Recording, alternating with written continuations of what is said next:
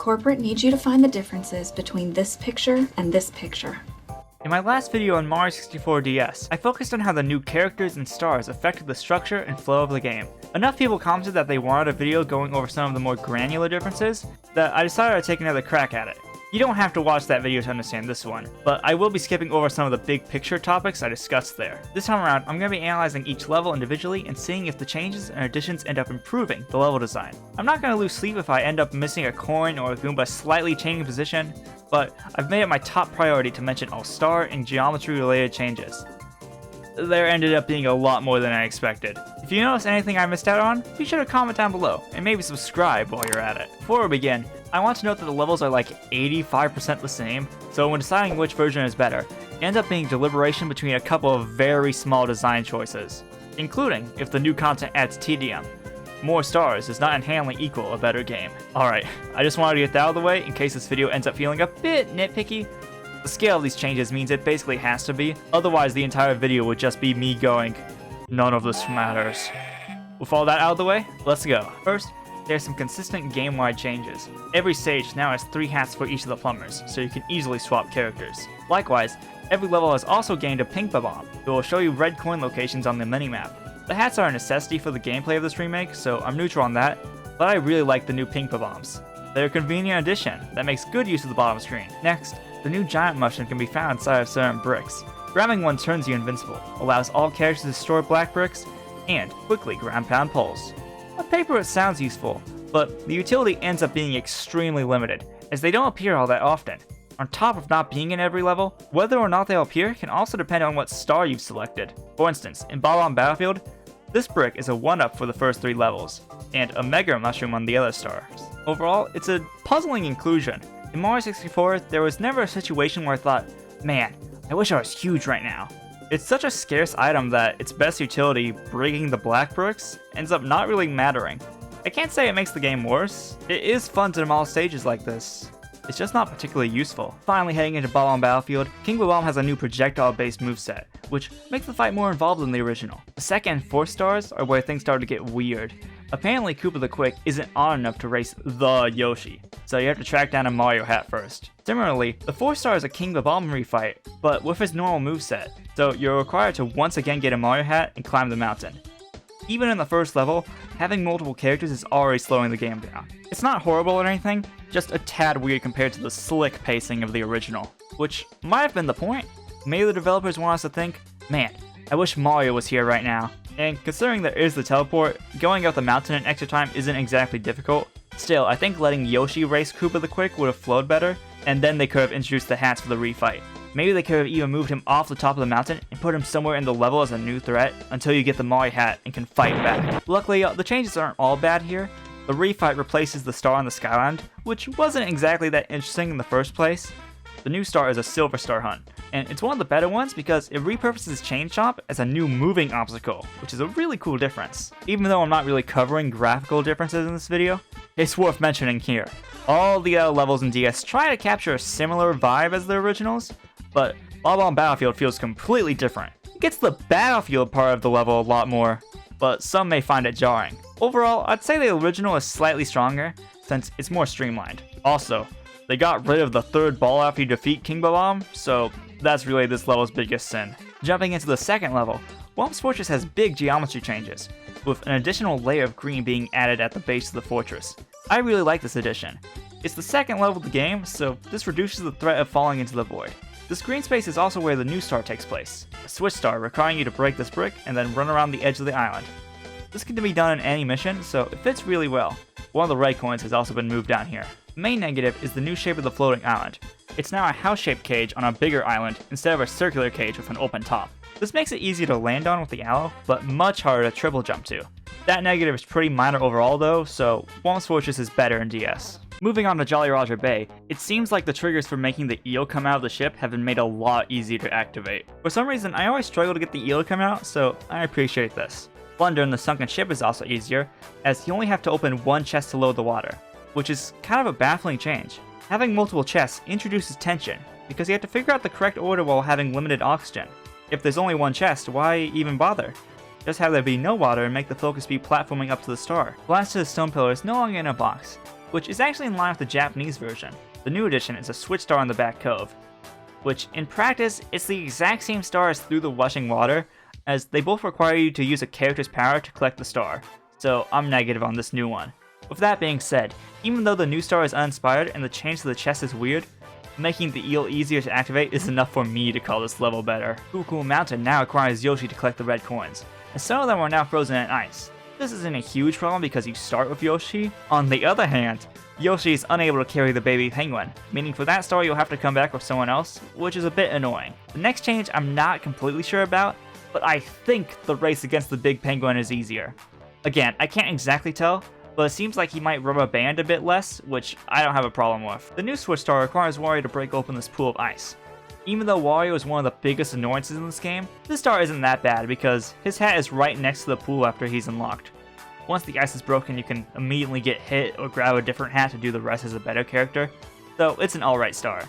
Overall, this level ends up locking a lot behind different character requirements, so I'd say it's worse. Up next is Bowser in the Dark World, and I'll take this time to cover all 3 Bowser stages. They're all the exact same, except for each of them getting a new Switch Star, which are well implemented, as they make you turn around and platform in reverse for a bit. They also don't kick you out after grabbing them, making it convenient and easy to grab on your first visit. Good addition. Stopping by Big Boo's haunt, Yoshi can't actually kill the Boo to access this level, so on your first visit you'll have to be Mario. In Secret of the Haunted Books, they've blocked off a previous shortcut with glass, making the book puzzle required. One of the red coins has been moved out of the casket room and is now hidden in the ceiling of the lobby. The new star is a switch star in the basement, which requires Wario to access. Once the brick is broken and the switch is pressed, you run in a circle to grab the star. Yeah, it's not very inspiring. However, Luigi's portrait is in this level, which saves the whole thing.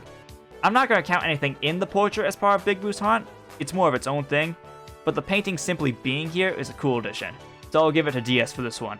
Lethal Lava Land is my favorite stage, and DS basically keeps it the same. They added a Silver Star hunt, which strongly encourages you to use a shell, which is really fun.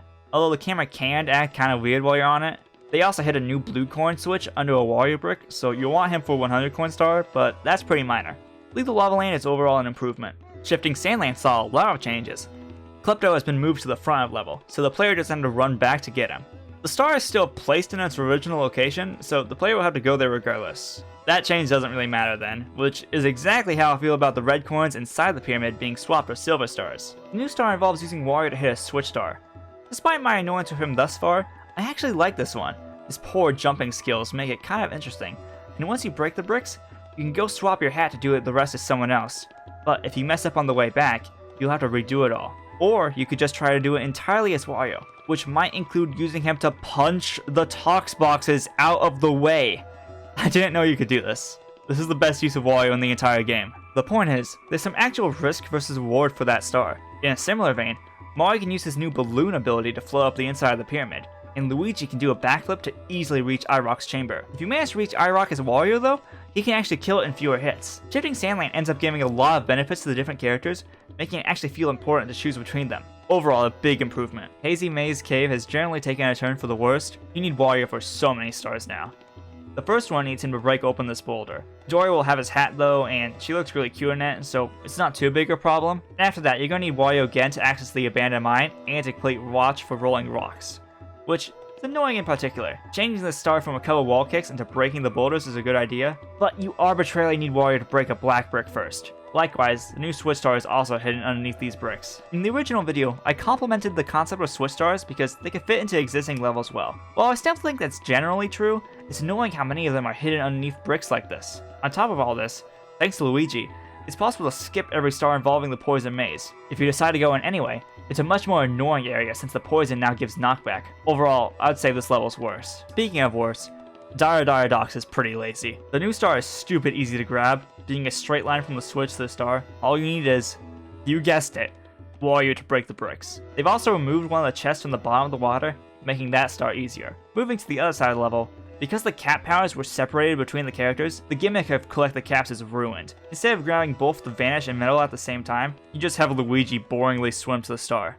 The pole jumping has also been streamlined with fewer poles and an additional platform. The submarine now has a bullet bill blaster, but I would be surprised if anyone has ever gotten damaged by it. Dire Dire Docks wasn't one of 64's better stages anyway, but it definitely didn't improve here. Before moving on to the upstairs, let's talk about 2 secret stages. You now need Wario to access the most secret, which is really weird, since both the stars there require different character abilities to collect, which means you're going to have to swap hats anyway. The original star is the same, but the new one feels really tacked on. It requires you to use Mario's balloon ability to flow up a vertical shaft after hitting a switch, which is a really good concept. Where it gets weird is the strange path you have to take to reach it. It feels like you're doing something wrong even though it's completely intended. Honestly, hiding this level behind Wario makes it worse. Behind the waterfall's new star is really boring and it requires Mario to float up in a straight line.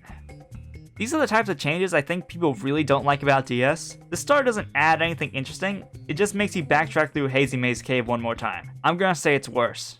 Going up the castle stairs, No Man's Land is a really interesting case. Half the stars are changed, perhaps to help accommodate for the size of a DS screen. In the Deep Freeze, which required you to navigate this cramped ice sculpture, has been changed to simply melting ice as Yoshi. The Igloo has also been completely redone, changing from another cramped space to a much more open area.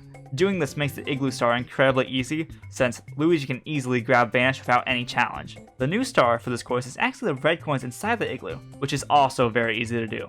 The previous red coin hunt has been converted to a silver star mission, which I don't mind. In the original level, a lot of the red coins were next to each other anyway, so this star is basically the same mission, just slightly consolidated. Again, I think the changes to the ice sculpture and the Igloo were made so the camera would play nicer on a DS screen, but it makes those stars less interesting. No Man's Land is a bit worse on DS, which is unfortunate, as it's probably my favorite upstairs stage. Wet Dry World is basically the same, besides for a new silver star mission. Mario's Bloom Power can also be of some assistance here while climbing up the level, so I guess it's better, but if any level could have really been overhauled, it was probably this one. Really, it feels like an Unreal Engine test room I'd put together for fun. I guess people say it has a negative aura for a reason. Tall Tall Mountain is slightly mixed. The enclave with the slide star has been blocked with a fence, meaning you'll either have to use the slide as intended or use Luigi's Vanish. The new star involves using the wing cap to fly through 5 floating rings, which is a nice mix-up after most of the new stars are simply silver or switch stars.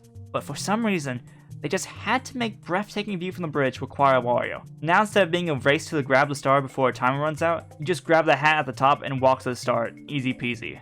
What once was a challenge is now a slow walk with Wario. I think it ends up slightly worse. Next is Tiny Huge Island. 5 Itty Bitty Secrets has been replaced with a new mission where you have to catch Klepto again. This is an alright start, but I'm just not sure why they changed it in the first place. At first I thought the holes were too small for a DS screen, but that's not the case at all. I have to assume they simply thought the star was too esoteric to be left in, which I kind of agree with. As for the new star, it's a switch star that takes place inside the cave, which I like simply because it uses the inside section more. I consider this level a tiny huge improvement.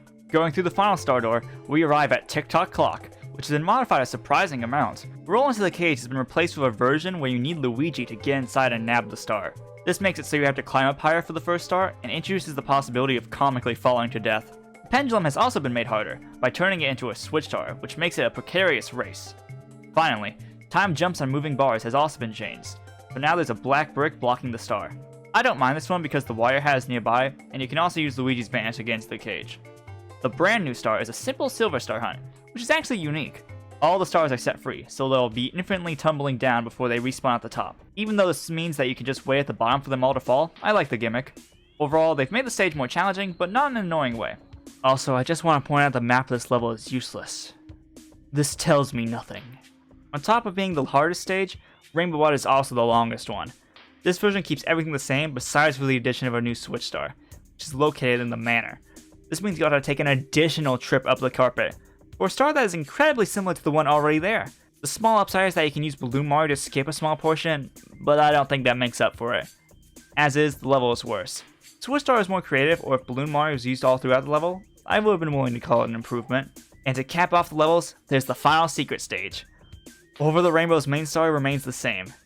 They crammed in a Wario brick for the new star, which is admittedly easy to grab.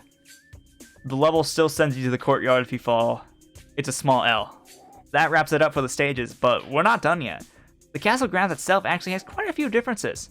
Firstly, the boos in the courtyard now hold a red star, which is pretty clever. If you're used to Mario 64, you're probably going to ignore these guys and might not even realize they have red coins until you stop to think and go, hey, it's a good addition. On the second floor, Luigi can go through this door in the mirror and nab a star. I also really like this one. It feels like another clever aha moment, but trying to use this door.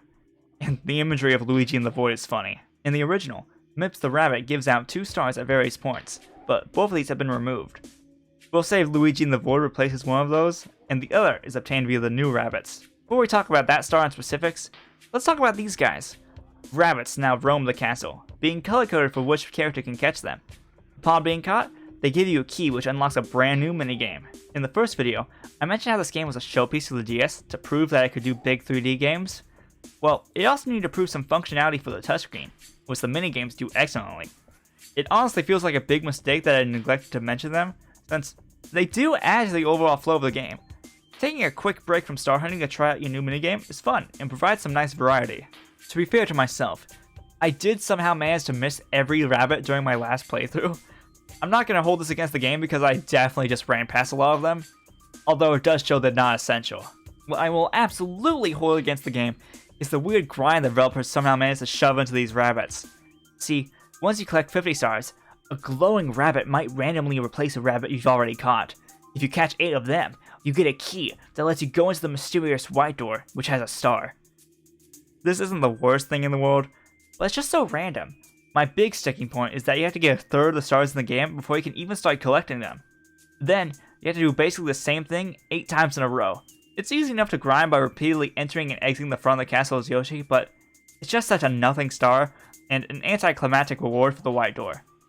Overall, I like the changes in the castle itself, including the rabbits, even if the glowing ones are meh. Wrapping up, some final notes. There's now a hedge maze outside the castle where you have to grab a rabbit to get inside. I like this as decoration, good change. The moat has an additional slope to make navigation easier. Good change.